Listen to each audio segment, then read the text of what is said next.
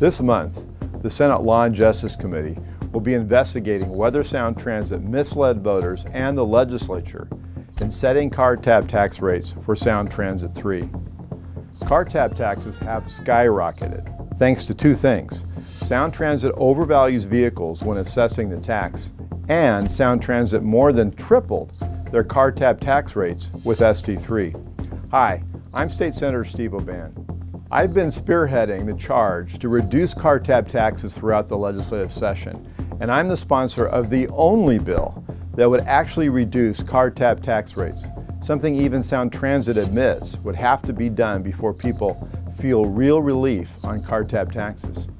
Other bills claiming to offer reductions provide more protection for Sound Transit than they do for taxpayers, and you can watch my previous videos to find out why. In this video, I'll explain where the legislature ended the session on car tab tax relief in just 7 seconds. The Senate passed my bill to cut car tab tax rates and provide real relief multiple times, but House leadership refused to allow a vote.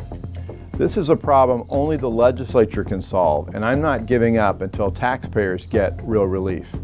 Every month, more of you are opening your car tab bills and are experiencing the shock of ST3. And every month, support for ST3 sky-high car tab taxes diminishes.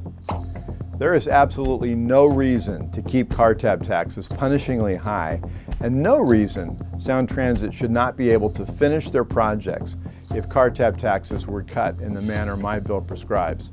Sound Transit would still collect $50 billion.